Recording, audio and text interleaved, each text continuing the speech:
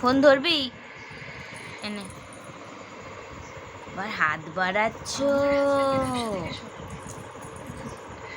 আমার উদ্দেশ্যকে বানচাল করে দেওয়ার প্ল্যান করা, তাই না? এবার তুমি দেখতে পাচ্ছ শাশুড়ি, নিজের স্বামী যখন অন্য মেয়ের হাত ধরে আর তোমাকে দূর করে দেবে বাড়ি থেকে, তখন তুমি টের পাবে। মাম্মাম কোথায়? মাম্মাম শ্যামলী, একটু শোনো। দেখো আজকে দুপুরবেলা ওরা আমাদের বাড়িতে লাঞ্চে আসছে।